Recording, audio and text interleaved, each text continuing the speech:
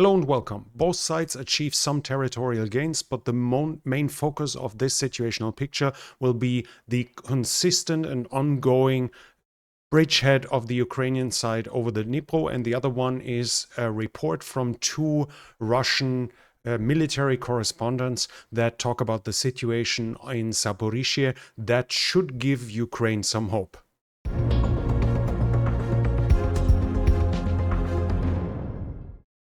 I'll focus only on what has changed. So while Bakhmut, for instance, there's continued fighting for Andrivka and for Klishchivka, there is no change that I can report. What I can report, though, is that the Russians have definitely captured this territory. They claimed it roughly a week ago. Now, for instance, we have A, the pro-Ukrainian deep state map, and B, Ukrainian military bloggers admitting that they have lost some territory east of Sinkivka, Liman Pershi, that the Russians have advanced somewhat in that area. The next area where we can confirm some territorial changes is here at Krasnohorivka. There we, roughly 2 or 3 weeks ago, the Ukrainians lost this mine here at the south of Krasnohorivka. Now the Russians have advanced along the tree line here. We also have Ukrainian side confirming this. So this seems to be the truth now, according to the source criticism. Obviously, admitting your own side's defeats is more trustworthy than claiming own successes. Further west, the next big change is south of Velika Novosilka in the western part of Donetsk Oblast. Here at Urozhaine, the fighting is continuing and the Ukrainians have likely completely pushed out the Russians now.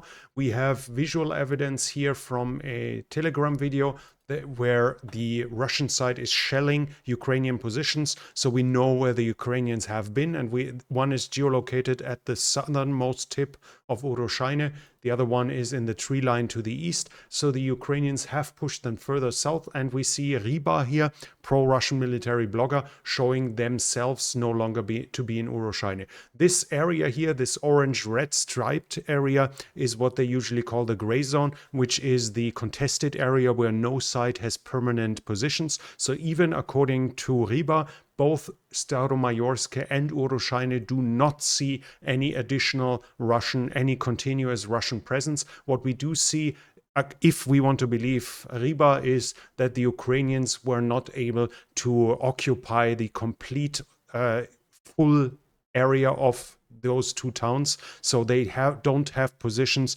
in the southernmost part, but the Russians are expelled from them, so they are liberated at this very moment. Further south, this is, by the way, the article over it. You can pause the video in case you want to read it.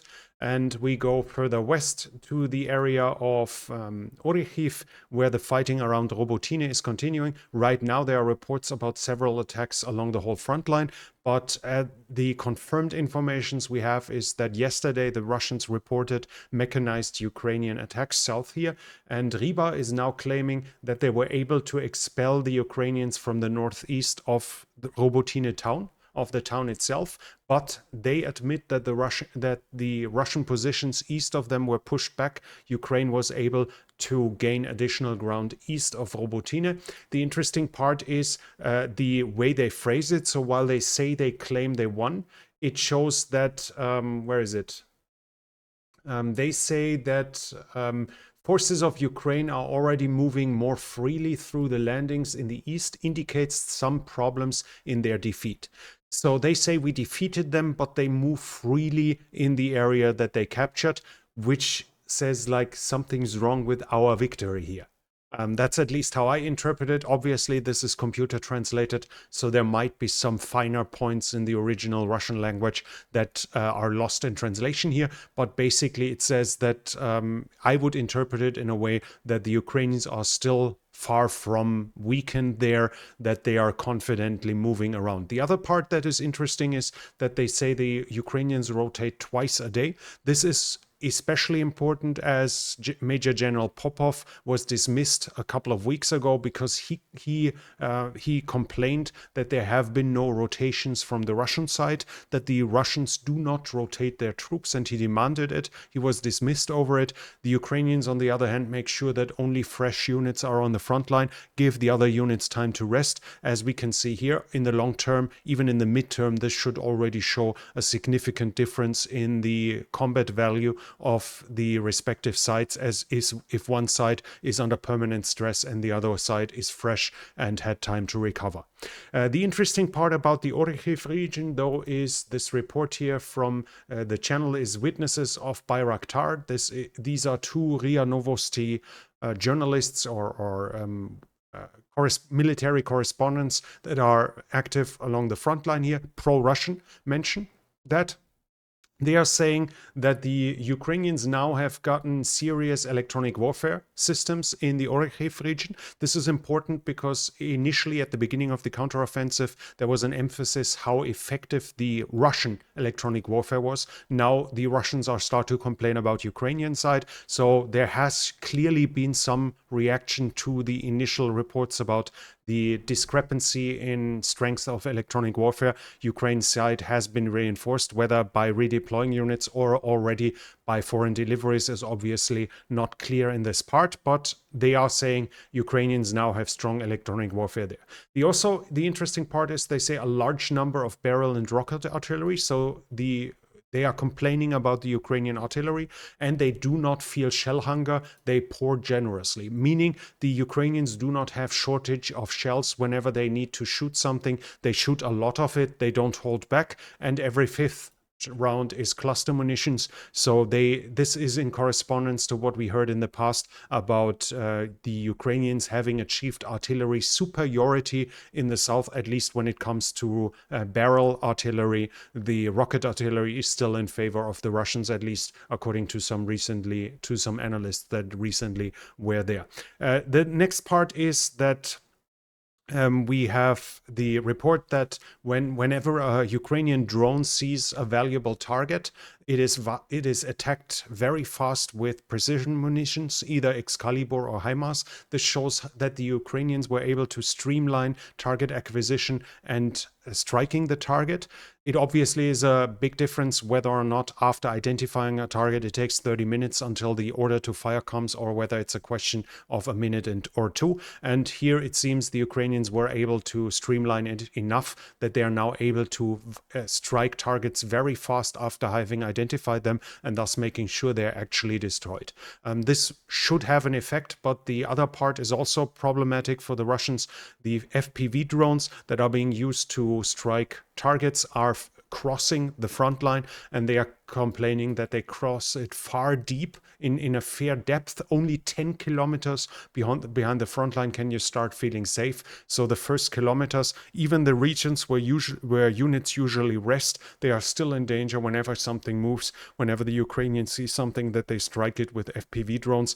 This should show some benefit. This should show some good signs for the Ukrainians, as this is basically attrition that they affect on the Russian side.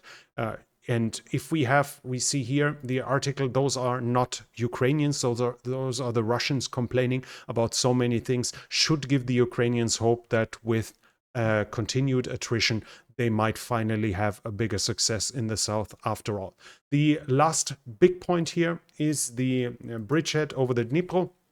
Now, I compared those two maps here. This is from the 11th of August, and this is from today, the 13th.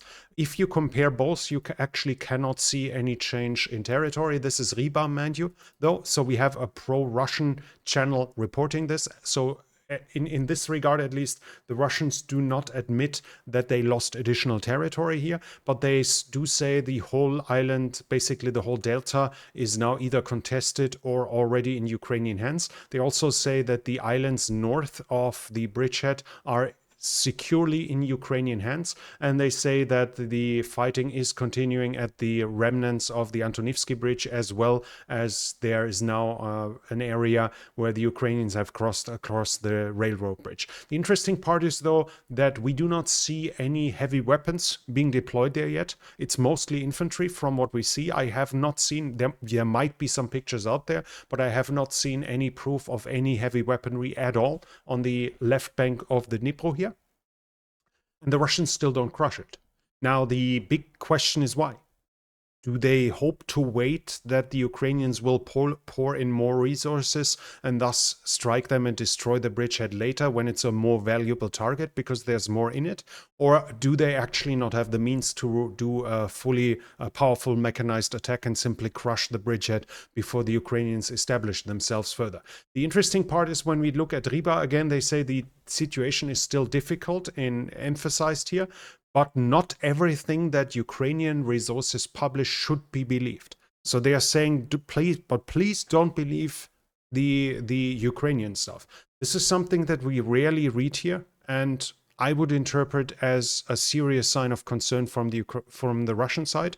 The Ukrainian presence there is for several days now. For several days, the Russians had time to bring in reinforcements, and they have not. So as said, either they do not have reserves left that can strike there, or the Ukrainian dominance in regards to drones and artillery is so devastating that they do not dare to send in reinforcements, or you might guess they have a big plan to lure in more Ukrainians to destroy them more effectively. But whatever it is not a sign of strength. I do not believe that the Ukrainians will immediately exploit this and create a big bridgehead and push towards Melitopol from the west and to the Crimea, even though we have Ukrainian military blogger claiming here that they extended their hold. Obviously, Ukrainian side claiming Ukrainian successes have to be taken with a lot of skepticism, but to them, according to them, they advanced. What we do see now that it's almost exclusively infantry fights, despite the area the fact that the area should permit the usage of mechanized weapons. So where are they? Why are the Russians not attacking there? Should the Ukrainians set the Russians for a dilemma? Either they have to send reinforcements that are needed. As said, right now there are reports about attacks from the Ukrainians on several points at the front line at the same time.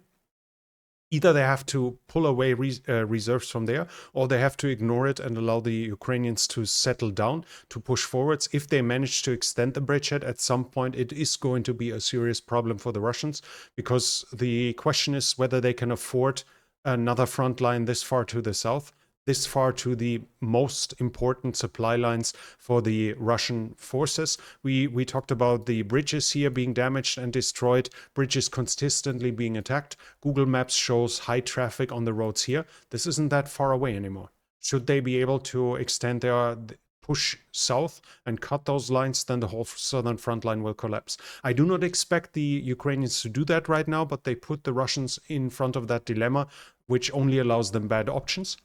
And from the Ukrainian side, it is most likely a good choice, because either they fix Russian troops and pour them in, or they open a new front line that might win them this counteroffensive. We will have to see, though, and we will have to observe it. And if you want to observe it on this channel, I would like to invite you to subscribe to the channel and hit the bell icon so you don't miss future videos. If you enjoyed this situational picture about the war in Ukraine, please hit the thumbs up button. It really helps with the algorithm. And leave a comment what you think about the current counteroffensive. Do you think it'll gain some steam, and whether this bridgehead will actually be extended after all, or if it's just a distraction meant to draw in Russian resources, Russian reserves.